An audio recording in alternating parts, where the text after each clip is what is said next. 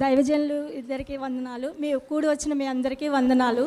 నా సాక్ష్యం ఏంటంటే, నా భర్త కొంచెం కాళ్ళు నొప్పులు వచ్చినాయి. 4వ స్టేజ్ వచ్చింది అన్నారు, ఆపరేషన్ చేయాలి అన్నారు. అయితే నేనైతే జాషువా గారి బ్రదర్ది మా వదిన మా అన్నయ్య ఫాలో అయ్యేవాళ్ళు. అయినప్పుడు అక్క నువ్వు కూడా దీంట్లో ఉంటే బాగుంటుంది కదా, మన కష్టాలన్నీ తీరుతాయి, థ్యాంక్ యూ జీసస్ చెప్పుకోవచ్చు కదా అది ఇదని అనేవాళ్ళు. కొన్ని రోజులు చూసిన తర్వాత పొద్దున్నే లెగాలి ఇవన్నీ ఎందుకు, నాకు పొద్దున్నే లెగిస్తే తలనొప్పి వచ్చేది బాగా. మా వారు అనేవాళ్ళు తలనొప్పి వస్తుంది కదా, ఎందుకు పొద్దున్నే లెగుస్తావు, నీకు అంత అడావుడు ఎందుకు అనేవాళ్ళు. సర్లేని తలనొప్పి వస్తుంది కదా అని పడుకునేదాన్ని. ఎప్పుడైతే కష్టాలు బాగా ఎక్కువైపోయినాయి నాకు, ఇక అసలు తీరని కష్టాలు అనమాట, చెప్పుకోలేను. అయితే ఆ కష్టాలు వచ్చినప్పుడు ఏసైని థ్యాంక్ యూ సిస్ చెప్పుకుంటే సరిపోద్ది అన్నారు కదా జాషువా బ్రదర్ గారు.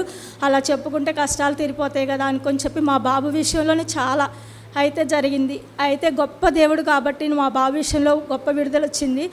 జాబ్ విషయంలో కానీ ఏ విషయంలోనైనా ఇంకా పెద్ద సాక్ష్యం ఉంది, అది తర్వాత చెప్తాను. మా వారి గురించి చెప్తున్నాను. అయితే కాళ్ళ నొప్పులు 4th స్టేజ్ వచ్చింది, ఆపరేషన్ చేయాలి అన్నారు. అయితే డాక్టర్లు కూడా మాట్లాడిస్తే మా వారు అన్నారు ఆపరేషన్ చేయించుకుంటానంటే, నేనైతే తెల్లారగట్ట 3:20కే లేచి స్తుతిస్తా దేవుడిని ఎప్పుడు. అయితే దేవా థ్యాంక్ యూ జీసస్, ఆపరేషన్ చేయకుండా ఉన్నందుకు థ్యాంక్ యూ జీసస్ అని చెప్పుకుంటూ ఉండేదాన్ని. మా వారు అన్నారు ఇంత స్టేజ్ వచ్చిన తర్వాత డాక్టర్లు కూడా ఆపరేషన్ అంటే నువ్వు ఎట్లా తగ్గుద్ది అనుకుంటున్నావు, నువ్వు ఆపరేషన్కి వెళ్ళిపోదాం మనం అని చెప్పి డాక్టర్లతో కూడా మాట్లాడారు. పలానా డేట్ ఇచ్చారు, వెళ్ళిపోదాం అనుకున్నాము. ఆయన ముందు సరే అనేదాన్ని, నేను చేసేదాన్ని 3:30కి. థ్యాంక్ యూ జీసస్ చెప్పిన ఆపరేషన్ లేకుండా చేసినందుకు థ్యాంక్ యూ జీసస్. మా చుట్టుపక్కల వాళ్ళందరూ కర్రతో నడిచేవాళ్ళు అనమాట. బండి మీద వెళ్ళినా కర్రే, అట్లా బస్సు ఎక్కాలన్నా కర్రే, అట్లా మా చుట్టూతో వాళ్ళందరూ చూసి ఇంత మంచిగా హెల్తీగా ఉండేవాళ్ళు, ఇంతలోకి నీకు కాళ్ళు నొప్పులు ఎలా వచ్చినాయి, చాలా హెల్తీగా ఉంటారు, వాకింగ్ చేస్తారు, బాగా చేస్తారనమాట.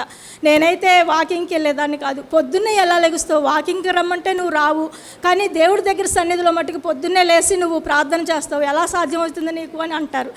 అయితే ఇట్లా వెళ్తూ ఉంటుంటే చూస్తూ ఉండేవాళ్ళు. కానీ గొప్ప దేవుడు కదా మన దేవుడు, థ్యాంక్ యూ చూసి చెప్పుకుంటే చాలు కదా అని థ్యాంక్ యూ చూసి చెప్పుకుంటూ ఉంటుంటే, అసలు ఇప్పుడైతే కర్ర లేకుండా నా భర్త ఆపరేషన్ లేకుండా గొప్పగా నడుస్తున్నారు. ఈరోజు నాకు ఎంత సంతోషం అంటే, ఆపరేషన్కి 4 లక్షలు 10 లక్షలు అట్లా ఖర్చు అవుతుంది. ఇది ఉంది కానీ ఇన్సూరెన్స్ ఉంది కానీ ఎంతైనా పైన ఖర్చులు ఉంటాయి కదా, 3 లక్షలు 2 లక్షలైనా అవుతుంది కదా.